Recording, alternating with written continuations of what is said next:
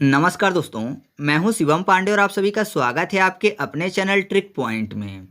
दोस्तों, आज हम लोग इस वीडियो में संयुक्त राष्ट्र द्वारा घोषित अंतर्राष्ट्रीय वर्ष को ट्रिक के माध्यम से याद करने वाले हैं। साथ ही साथ आपकी स्क्रीन पर जितने भी टॉपिक दिख रहे हैं जिन पर टिक लगा हुआ है उन पर वीडियो पहले से अपलोड है, तो उनकी लिंक आपको कमेंट बॉक्स में पिन की हुई मिल जाएगी। आप वहाँ से उन सभी वीडियो को देख सकते हैं। तो देरी ना करते हुए चलिए इस वीडियो को शुरू करते हैं। सबसे पहले हम लोग बात कर लेते हैं अंतर्राष्ट्रीय कैमलिड्स वर्ष की, जो कि यूएनओ द्वारा 2024 को घोषित किया गया है। तो यहाँ पर देखिए 2024 में आपको एक शब्द मिल जाएगा 24। कैमलिड्स में एक शब्द लिखा हुआ है लीड्स। आपको पता है जो पहले के टाइम के ईयरफोन हुआ करते थे वो लीड वाले हुआ करते थे। लीड मतलब वायर वाले हुआ करते थे। तो आपको पता है जो आज की जनरेशन है वो ऑल टाइम मतलब कि 24 घंटे क्या लगा कर रखती है, ईयरफोन लगा कर रखती है, मतलब कानों में लीड लगा कर रखती है 24 घंटे। तो 24 फॉर 2024। तो आप ऐसे याद रखिएगा कि अंतर्राष्ट्रीय कैमलिड्स वर्ष 2024 को घोषित किया गया है। ठीक है। इसके बाद अगला है मोटे अनाजों का वर्ष, जो कि यूएनओ द्वारा 2023 को घोषित किया गया है। तो यहाँ पर देखिए 2023 में दो शब्द लिखे हुए हैं, 2 और 3, और मोटे अनाज की बात हो रही है। तो 2 और 3 मतलब 2 और 3। तो मोटे अनाज की बात तो आपको पता है मोटा अनाज हो गया, तो जाहिर सी बात है अगर उसको तोड़ेंगे तो नहीं टूटेगा, है ना। मतलब ये बोल सकते हैं कि मोटा है अनाज तो ना टूटी, ना टूटी फॉर 2 और 3, 2T 2 3 यानी 2023। तो आप ऐसे याद रखिएगा कि मोटे अनाजों को वर्ष संयुक्त राष्ट्र संघ द्वारा किसको घोषित किया गया है, तो 2023 को घोषित किया गया है। इसके बाद अगला है आर्टिसालन मत्स्य और एक्वाकल्चर का अंतर्राष्ट्रीय वर्ष, जो कि 2022 को घोषित किया गया है। तो ये तो बहुत ही आसानी से याद हो जाएगा। 22 में एक शब्द आपको मिल जाएगा बारिश, 22 और एक्वाकल्चर की बात हो रही है। एक्वाकल्चर मतलब खेती करना किसमें, पानी में, ठीक है। और यहाँ पर मत्स्य मतलब मछली की बात, तो मछली भी कहाँ रहती है, पानी में। तो बारिश होगी तो जाहिर सी बात है एक्वाकल्चर को भी फायदा होगा और मत्स्य मतलब मछली को भी फायदा होगा, क्योंकि ये दोनों पानी संबंधित है और बारिश भी पानी से संबंधित है। तो आप ऐसे आसानी से याद रख सकते हैं कि आर्टिसालन मत्स्य और एक्वाकल्चर का अंतर्राष्ट्रीय वर्ष किसे घोषित किया गया है, 2022 को घोषित किया गया है। ऐसे ही बारिश से हम लोगों ने संविधान संशोधन 22 को याद किया था। बारिश और संविधान संशोधन 22 में क्या किया गया था, मेघालय को भारतीय राज्य का दर्जा दिया गया था। तो जो मेघ होते हैं, जो बादल होते हैं, वो बारिश करते हैं। तो ऐसे हम लोगों ने याद किया था कि संविधान संशोधन 22 में मेघालय को भारतीय राज्य का दर्जा दिया गया था। तो यहाँ भी हम लोगों ने बारिश से अच्छे से याद कर लिया कि आर्टिसालन मत्स्य और एक्वाकल्चर का अंतर्राष्ट्रीय वर्ष इसको घोषित किया गया था।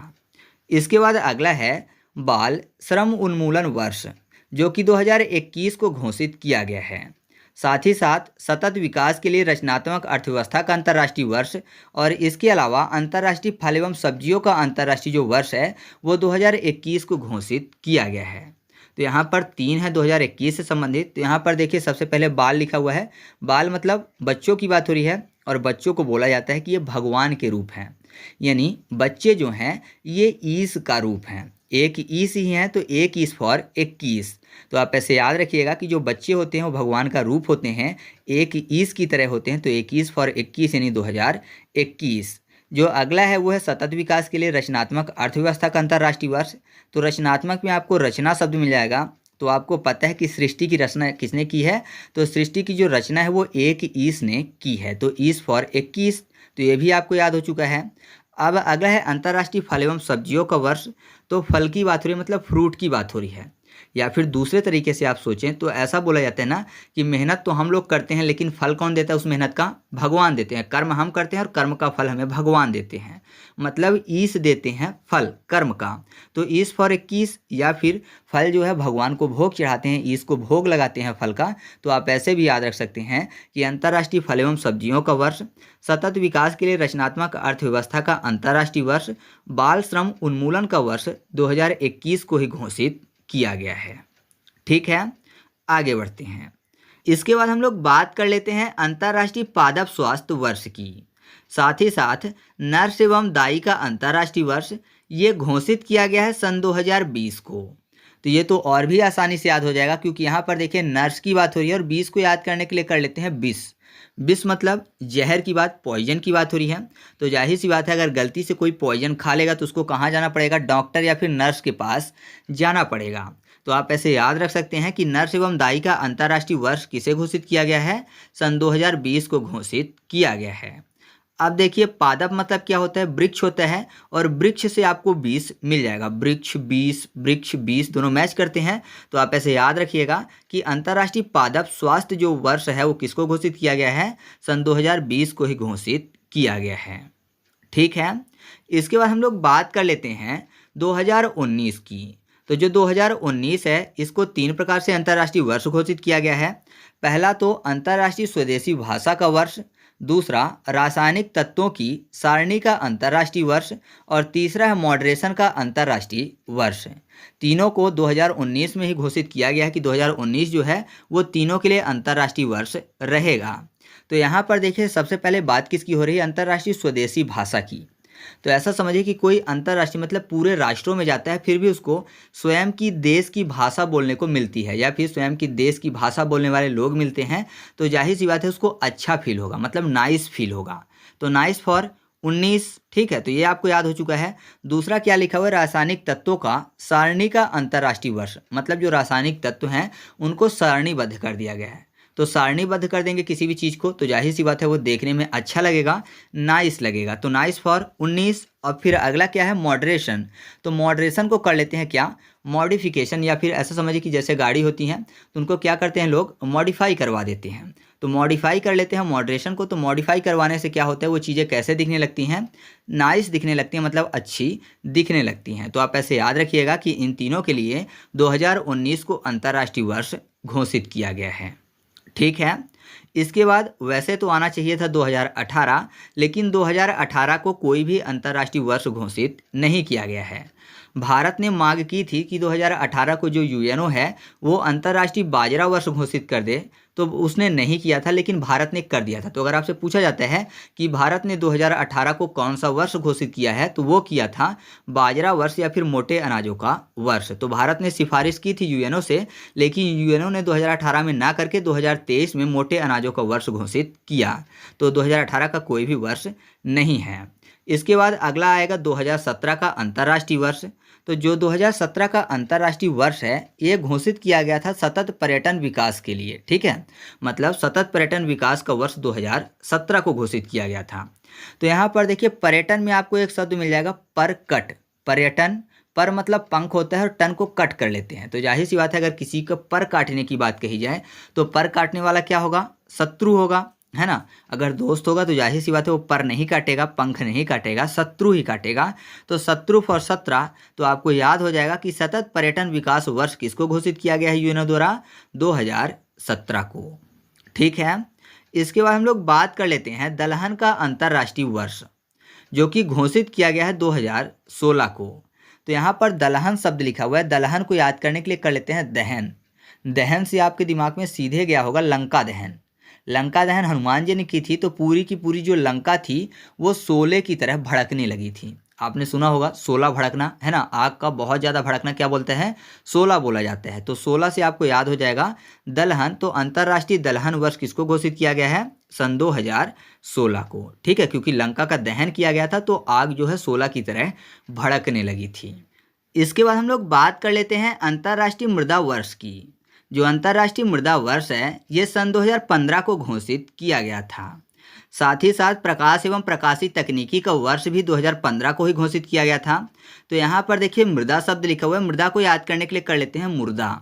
और आपको पता है कि मुर्दा को पेन नहीं होता है, मुर्दा को पेन नहीं होता है, तो पेन फॉर पेंदरा मतलब 15। तो आपको याद हो जाएगा कि अंतर्राष्ट्रीय मृदा वर्ष किसको घोषित किया गया है, सन 2015 को। इसके अलावा प्रकाश एवं प्रकाशित तकनीकी को याद करने के लिए यहाँ पर प्रकाश शब्द लिखा हुआ है। तो आपको पता है अगर धरती पर प्रकाश ना हो, पूरा का पूरा अंधेरा हो दिन में भी और रात में ही, तो जाहिर सी बात है कि बहुत ज़्यादा डर लगेगा।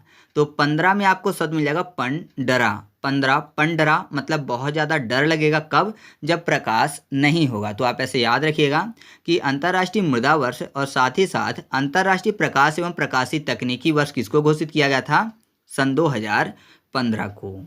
ठीक है, इसके बाद अगला है पारिवारिक काश्तकारी का वर्ष, जो कि 2014 को घोषित किया गया था। साथ ही साथ क्रिस्टल विज्ञान का वर्ष और लघु द्वीपीय विकासशील का वर्ष भी 2014 को ही घोषित किया गया था। तो यहाँ पर देखिए लघु द्वीपीय की बात हो रही है। द्वीप से मुझे सीधे याद आता है श्रीलंका वाला द्वीप, ठीक है। श्रीलंका वाले द्वीप को कर लेते हैं, क्योंकि श्रीलंका जो है द्वीप की तरह ही दिखता है, छोटा सा समुद्र के बीच में टापू की तरह। तो यहाँ पर ऐसा समझिए कि जो श्रीलंका है वो द्वीप है, ठीक है। तो द्वीपीय विकास की बात हो जाएगी। और क्रिस्टल में आपको एक शब्द मिल जाएगा क्रिस, ठीक है। और काश्तकारी मतलब खेती किसानी की ही बात हो रही है, तो यहाँ पर कृषि हो जाएगा, ठीक है। काश्तकारी, कृषि, खेती किसानी, तो कृषि और कृषि दोनों शब्द यहाँ पर मिल जाएगा। तो आपको पता है उस टाइम पे नहीं, राम भगवान के टाइम पे हनुमान जी श्रीलंका गए थे, है ना। श्रीलंका में सोने का महल था, यानी सोने का फोर्ट था। तो हनुमान जी वहाँ गए थे और आग लगा दी थी उन्होंने, लंका दहन कर दी थी, जिसको हम लोगों ने दलहन वर्ष याद किया 2016। तो हनुमान जी वहाँ गए थे कैसे, जैसे आज के टाइम पे क्रिस उड़कर जाते हैं, ठीक है, क्रिस भी उड़ लेते हैं। तो पहले हनुमान जी उड़ के गए थे, तो क्रिस फॉर क्रिस्टल हो जाएगा, और साथ ही साथ कृषि हो जाएगा, यानी काश्तकारी हो जाएगा। और कहाँ उड़कर गए थे, एक द्वीप में जो कि श्रीलंका था। श्रीलंका वहाँ पर क्या था, सोने का फोर्ट था। तो फोर्ट फॉर 14 यानी 2014। तो आपको ऐसे तीनों पॉइंट आसानी से याद हो जाएंगे। इसके बाद अगला है क्यूनोवा का अंतर्राष्ट्रीय वर्ष, जो कि सन 2013 को घोषित किया गया है। साथ ही साथ अंतर्राष्ट्रीय जल सहयोग वर्ष भी 2013 को ही घोषित किया गया है। तो यहाँ पर देखिए जल सहयोग की बात हो रही है, मतलब जल के सहयोग की, मान लीजिए कोई भी व्यक्ति है जो कि जल में डूब रहा है, अब जल उसका सहयोग कर दे, मान लीजिए जो जल है उसका सपोर्ट कर दे, तो जाहिर सी बात है वो डूबेगा नहीं बल्कि तैर जाएगा, है ना। वो तैर जाएगा, क्यों, क्योंकि जल उसका सहयोग कर रहा है। तो तैरना फॉर तेरा, तो ये आपको याद हो चुका है। अब देखिए क्यूनोवा में आपको नावा शब्द मिल जाएगा, मतलब नाव, और नाव भी आपको पता है कि जल में क्या करती है, वो तैरती है। तो आपको ऐसे ये दोनों पॉइंट आसानी से याद हो चुके हैं। इसके बाद हम लोग बात कर लेते हैं सबके लिए सतत ऊर्जा का अंतर्राष्ट्रीय वर्ष, जो कि 2012 को घोषित किया गया था। साथ ही साथ अंतर्राष्ट्रीय सहकारिता वर्ष भी 2012 को ही घोषित किया गया था। तो यहाँ पर देखिए सबके लिए सतत ऊर्जा, यहाँ पर सतत ऊर्जा को कर लेते हैं, मतलब साथ साथ ऊर्जा। तो साथ साथ अगर उड़ने की बात होगी तो जाहिर सी बात है साथ साथ किसके उड़ेंगे, जो बैरी नहीं होगा, बैरी मतलब दुश्मन नहीं होगा, उसके साथ उड़ सकते हैं, मतलब दोस्त होगा। तो बैरी नहीं होगा तो उसके साथ साथ उड़ लेंगे। तो आप ऐसे याद रखिएगा कि सबके लिए सतत ऊर्जा का अंतर्राष्ट्रीय वर्ष किसको घोषित किया गया था, सन 2012 को। अब यहाँ पर सहकारिता में आपको शब्द मिल जाएगा सह और कार्य, मतलब सबके सहयोग से कार्य करना। तो जाहिर सी बात है अगर कोई बड़ा काम होगा तो सबके सहयोग से कार्य किया जाएगा, ठीक है। तो आप ऐसे इस पॉइंट को आसानी से याद रख सकते हैं। इसके बाद हम लोग बात कर लेते हैं अफ्रीकी आदिवासी लोगों के लिए अंतर्राष्ट्रीय वर्ष की, जो कि सन 2011 को घोषित किया गया है। साथ ही साथ अंतर्राष्ट्रीय रसायन वर्ष और अंतर्राष्ट्रीय वन वर्ष सन 2011 को ही घोषित किया गया है। तो इसको तो बहुत ही आसानी से याद कर लेंगे, क्योंकि आपको पता है कि यहाँ पर वन शब्द लिखा हुआ है, और जो आदिवासी लोग होते हैं वो कहाँ रहते हैं, वनों में ही रहते हैं। वन मतलब जंगलों में रहते हैं, और मैंने आपको बोला कि वनों में रहते हैं। वन मतलब एक भी होता है, और वनों मतलब एक से ज़्यादा, एक मतलब एक और एक अर्थात 11। तो आप ऐसे याद रखिएगा कि अफ्रीकी आदिवासी लोग जो हैं वो वनों में रहते हैं, मतलब एक एक, वन मतलब एक वन, लेकिन वनों मतलब 2 वन, ठीक है। तो अफ्रीकी आदिवासी लोग वनों में रहते हैं, तो वनों मतलब 11 हो जाएगा, और वनों में रहने के साथ सोते भी हैं, मतलब शयन करते हैं, तो रासायन भी हो जाएगा, और वन शब्द लिखा ही है। तो आप ऐसे याद रखिएगा कि अफ्रीकी आदिवासी लोगों के लिए अंतर्राष्ट्रीय वर्ष और अंतर्राष्ट्रीय रसायन वर्ष और अंतर्राष्ट्रीय वन वर्ष किसको घोषित किया गया है, सन 2011 को। दूसरा भी तरीका है, यहाँ पर जो वन लिखा हुआ है वन को कर लेते हैं 11, ठीक है। तो 11 वहाँ पर वन भी मिल जाएगा, और 11 मतलब 11 अर्थात 2011, ठीक है। और जो अफ्रीकी लोग होते हैं देखने में कैसे लगते हैं, काले, जैसे कि जरा हुआ चीज़ हो, तो जरा फॉर 11। तो आप ऐसे भी याद रख सकते हैं। मैं आपको बता दूं ये जो ट्रिक है केवल याद करवाने के लिए है, किसी भी व्यक्ति, वस्तु या फिर समुदाय की भावना को ठेस पहुंचाने के लिए बिल्कुल भी नहीं बनाई गई है, ठीक है। तो आगे बढ़ते हैं। इसके बाद हम लोग बात कर लेते हैं अंतर्राष्ट्रीय युवा वर्ष की, जो कि सन 2010 को घोषित किया गया है। साथ ही साथ अंतर्राष्ट्रीय जैव विविधता वर्ष भी 2010 को ही घोषित किया गया है। तो यहाँ पर देखिए विविधता में आपको शब्द मिल जाएगा वीवी। वीवी मतलब वाइफ की बात हो रही है, और युवा तो आपको पता है जब लोग यंग हो जाते हैं तो उनकी शादी हो जाती है, ठीक है, तो उनकी वाइफ आ जाती हैं। तो आपने एक शब्द सुना होगा वाइफ से संबंधित, जोरू का गुलाम। गुलाम मतलब दास, मतलब बीवी का गुलाम। तो आपको पता है शादी हो गई युवा की, तो अब ये क्या बन गया, बीवी का दास बन गया। तो दास फॉर 10। तो आप ऐसे याद रखिएगा कि जैव विविधता वर्ष और अंतर्राष्ट्रीय युवा वर्ष किसको घोषित किया गया है, सन 2010 को, ठीक है। इसके बाद अगला है अंतर्राष्ट्रीय प्राकृतिक फाइबर वर्ष, जो कि सन 2009 को घोषित किया गया है। अब देखिए फाइबर में आपको शब्द मिल जाएगा फाइव वर, और फाइव वर किसके थे? महाभारत में पांचाली के थे। पांचाली मतलब द्रौपदी के थे, तो पांचाली में आपको शब्द मिल जाएगा 5 और 40। सबको अगर जोड़ेंगे 5 + 4 + 0 तो कितना होगा? 9, अर्थात 2009। तो याद रखिएगा कि अंतर्राष्ट्रीय प्राकृतिक फाइबर वर्ष किसको घोषित किया गया है? सन 2009 को। फिर अगला जो है वो है अंतर्राष्ट्रीय स्वास्थ्य रक्षा वर्ष, जो कि सन 2008 को घोषित किया गया है। साथ ही साथ अंतर्राष्ट्रीय आलू वर्ष, अंतर्राष्ट्रीय भाषा वर्ष और अंतर्राष्ट्रीय पृथ्वी ग्रह वर्ष घोषित किया गया है सन 2008 को। ठीक है, तो इन सबको याद करते हैं। तो सबसे पहले हम लोग बात कर लेते हैं स्वास्थ्य रक्षा वर्ष की। तो अपने स्वास्थ्य की रक्षा करना अपने हाथ में होता है ना। मतलब हम जो ज़रूरी चीज़ें हैं उनको खाएं, गलत चीज़ों को ना खाएं, साथ ही साथ प्राणायाम करें, योगा करें। तो जाहिर सी बात है हमारे स्वास्थ्य की रक्षा करना हमारे हाथ में होता है। हाथ फॉर 8। तो याद हो जाएगा कि अंतर्राष्ट्रीय स्वास्थ्य रक्षा वर्ष किसको घोषित किया गया है? सन 2008 को। और यहाँ पर देखिए भाषा की बात हो रही है। भाषा मतलब लैंग्वेज। तो आपको पता है कि भारतीय संविधान की अनुसूची 8 में लैंग्वेज का वर्णन है। मैंने वहाँ पर आपको ऐसे याद करवाया था अनुसूची 8 की लैंग्वेज में 8 अक्षर हैं। कौन कौन से? LANGUAGE 8 अक्षर हैं लैंग्वेज में। तो वहाँ पर हम लोगों ने याद किया था कि इसका वर्णन किस में है? भारतीय संविधान की अनुसूची 8 में है, क्योंकि लैंग्वेज में 8 अक्षर हैं। ऐसे ही यहाँ भी याद करना है कि लैंग्वेज में 8 अक्षर हैं, इसलिए अंतर्राष्ट्रीय लैंग्वेज वर्ष किसको घोषित किया गया? सन 2008 को। ठीक है। अब बचता है आलू। आलू में जो आ है या फिर जो ला है, आ का आगे वाला हिस्सा जो 3 वाला है और ला का भी जो 3 वाला हिस्सा है, दोनों को जोड़ देंगे तो क्या दिखेगा? 8 दिखेगा। तो आप ऐसे याद रखिएगा कि अंतर्राष्ट्रीय आलू वर्ष किसको घोषित किया गया है? सन 2008 को। अब आता है अंतर्राष्ट्रीय पृथ्वी ग्रह वर्ष। तो ये भी 8 को ही घोषित किया गया है। तो पृथ्वी ग्रह, पृथ्वी जिसको बोलते हैं अर्थ, अर्थ से मिलता जुलता शब्द है एट। ठीक है, एट अर्थ दोनों मैच करते हैं। तो आपको आसानी से याद हो चुका है कि अंतर्राष्ट्रीय पृथ्वी ग्रह वर्ष किसको घोषित किया गया है? सन 2008 को। ठीक है, आगे बढ़ते हैं। इसके बाद हम लोग बात कर लेते हैं अंतर्राष्ट्रीय डॉल्फिन वर्ष की, जो कि घोषित किया गया है सन 2007 को। तो यहाँ पर देखिए डॉल्फिन की बात हो रही है। तो डॉल्फिन में आपको एक शब्द मिल जाएगा डॉल फ्री। मतलब जो दाल है वो फ्री में मिल रही है। तो जाहिर सी बात है कि दाल अगर किसी को फ्री में मिलेगी, क्योंकि उसमें प्रोटीन होता है, तो हर कोई उसका सेवन करेगा। सेवन करना मतलब खाना। तो दाल फ्री में मिल रही है तो हर कोई सेवन कर रहा है। तो सेवन मतलब सन 2007। तो याद रखिएगा कि अंतर्राष्ट्रीय डॉल्फिन वर्ष किसको घोषित किया गया है? सन 2007 को। ठीक है। इसके बाद अगला है रेगिस्तान व मरुस्थलीकरण का अंतर्राष्ट्रीय वर्ष, जो कि सन 2006 को घोषित किया गया है। अब देखिए यहाँ पर रेगिस्तान में रेगी शब्द लिखा हो, तो जोड़कर कर लेते इसको रोगी। ठीक है, रेगी, रोगी। और रोगी मतलब क्या होता है? सिक, है ना। रोगी मतलब बीमार हो जाना, सिक पड़ना। तो सिक फॉर सिक्स। तो याद हो जाएगा आपको ऐसे कि रेगिस्तान व मरुस्थलीकरण का अंतर्राष्ट्रीय वर्ष किसको घोषित किया गया है? सन 2006 को। ठीक है। इसके बाद अगला है अंतर्राष्ट्रीय चावल वर्ष, जो कि सन 2004 को घोषित किया गया है। तो चावल जिसको चाउर भी बोलते हैं, तो चाउर में आपको 4 शब्द मिल जाएगा। तो आप ऐसे याद रखिएगा इस पॉइंट को आसानी से। इसके बाद हम लोग बात कर लेते हैं अंतर्राष्ट्रीय पर्यावरण पर्यटन वर्ष की, जो कि सन 2002 को घोषित किया गया है। साथ ही साथ अंतर्राष्ट्रीय पर्वतीय वर्ष भी सन 2002 को ही घोषित किया गया है। तो दोनों में एक शब्द आपको कॉमन मिल जाएगा, पर। पर मतलब पंख होता है, और पक्षियों के पर कितने होते हैं? 2 होते हैं। तो आप ऐसे आसानी से याद रख सकते हैं। इसके बाद अगला है वृद्ध व्यक्तियों के लिए अंतर्राष्ट्रीय वर्ष, जो कि 1999 को घोषित किया गया है। तो यहाँ पर देखिए वृद्ध व्यक्तियों की बात हो रही है, और 99 में 2 शब्द आपको मिल जाएंगे। नौ याद करने के लिए कर लेते हैं नाना। तो जो नाना जी हैं वो वृद्ध ही होते हैं। तो आप ऐसे आसानी से याद रख सकते हैं कि वृद्ध व्यक्तियों के लिए अंतर्राष्ट्रीय वर्ष किसको घोषित किया गया है? 1999 को। ठीक है। अगला है अंतर्राष्ट्रीय निर्धनता उन्मूलन वर्ष, जो कि 1996 को घोषित किया गया है। तो यहाँ पर निर्धनता शब्द लिखा हुआ मतलब निर्धन। तो जाहिर सी बात है अगर कोई बहुत बड़ा धनवान है, उससे उसका सब कुछ छीन लिया जाए तो वो निर्धन हो जाएगा। तो छीनना फॉर 96, छीनना 96। तो आप ऐसे इस पॉइंट को याद रख सकते हैं।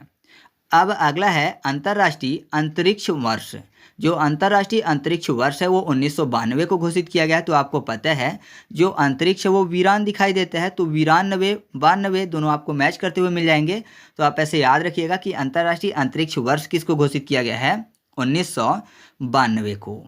फिर अगला है अंतर्राष्ट्रीय एड्स विषयक संचार एवं सहयोग वर्ष, ये घोषित किया गया 1988 को। तो यहाँ पर देखिए शब्द क्या लिखा हुआ है, एड्स, मतलब एक एट नहीं बल्कि एक से ज़्यादा एट, तो एक से ज़्यादा एट मतलब 88। तो आप ऐसे याद रखिएगा इस पॉइंट को कि अंतर्राष्ट्रीय एड्स विषयक संचार एवं सहयोग वर्ष किसको घोषित किया गया है, 1988 को। इसके बाद हम लोग बात कर लेते हैं अंतर्राष्ट्रीय शांति वर्ष की, जो कि 1986 को घोषित किया गया है। तो शांति को याद करने के लिए साथी कर लेते हैं, और साथी जो होता है वो कभी भी मुसीबत में हाथ नहीं छोड़ता है। तो हाथ मतलब 8 और छोड़ना मतलब 6। तो आप ऐसे याद रखिएगा कि अंतर्राष्ट्रीय शांति वर्ष किसको घोषित किया गया है, 1986 को। ठीक है। इसके बाद अगला है अंतर्राष्ट्रीय विकलांग वर्ष, जो कि 1981 को घोषित किया गया है। तो 81 में दो शब्द लिखे हुए हैं, 8 और 1, मतलब ऐसा समझिए कि हाथ एक है, किसी भी व्यक्ति के पास हाथ केवल एक है तो जाहिर सी बात है वो विकलांग माना जाएगा। तो आप ऐसे याद रखिएगा कि अंतर्राष्ट्रीय विकलांग वर्ष किसको घोषित किया गया है, 1981 को। फिर अगला है अंतर्राष्ट्रीय बच्चों का वर्ष, जो कि घोषित किया गया है 1979 को। तो बच्चे जो होते हैं वो कामुक नाच देते हैं। मान लीजिए कोई भी तोड़फोड़ वाली चीज़ें, जाहिर सी बात है बच्चे बहुत ज़्यादा तोड़फोड़ करते हैं, तो आप ऐसा बोल सकते हैं कि बच्चे वो नाच देते हैं। तो 79 फॉर 79। तो याद रखिएगा कि अंतर्राष्ट्रीय बच्चों का वर्ष किसको घोषित किया गया है, 1979 को। फिर अगला है अंतर्राष्ट्रीय महिला वर्ष, जो कि 1975 को घोषित किया गया है। तो आपने सुना होगा कि पहले आप मतलब महिलाएं जो होती हैं वो पहले होती हैं, लेडीज फर्स्ट। तो जाहिर सी बात है अगर कोई जेंट्स खड़ा हुआ है तो पीछे हट जाएगा, क्योंकि लेडीज फर्स्ट। तो पीछे हट फॉर 75। तो आपको याद हो जाएगा कि अंतर्राष्ट्रीय महिला वर्ष किसको घोषित किया गया है, 1975 को। ठीक है। अब अगला है अंतर्राष्ट्रीय नक्सलवाद विरुद्ध संघर्ष वर्ष, जो कि घोषित किया गया 1971 को। तो नक्सलवाद देश के लिए एक खतरा है, तो खतरा फॉर एक खतरा। तो आपको याद हो जाएगा कि ये जो वर्ष है किसको घोषित किया गया 1971 को। ठीक है। फिर अगला है अंतर्राष्ट्रीय मानवाधिकार वर्ष, जो कि 1968 को घोषित किया गया है।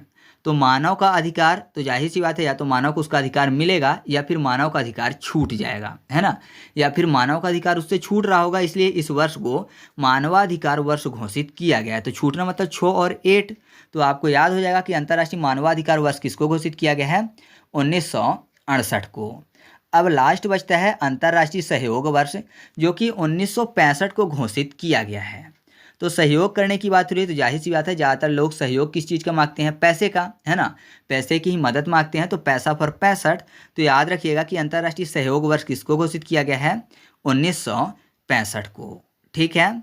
तो इस तरीके से अपना ये वीडियो कंप्लीट हुआ। आपको वीडियो कैसा लगा कमेंट करके बताना है। अगर आपको वीडियो अच्छा लगा तो वीडियो को लाइक कर दीजिएगा और दोस्तों के साथ भी शेयर कर दीजिएगा। और हाँ, अगर आप इसका फुल MCQ टेस्ट सॉल्व करना चाहते हैं तो टेलीग्राम पर जाकर सर्च करिएगा ट्रिक पॉइंट क्विज और ग्रुप को ज्वाइन कर लीजिएगा। वहाँ पर सभी वीडियो के फ्री में क्विज सॉल्व करवाए जाते हैं। ठीक है। तो चलिए मिलते हैं अगले वीडियो में, तब तक के लिए जय हिंद।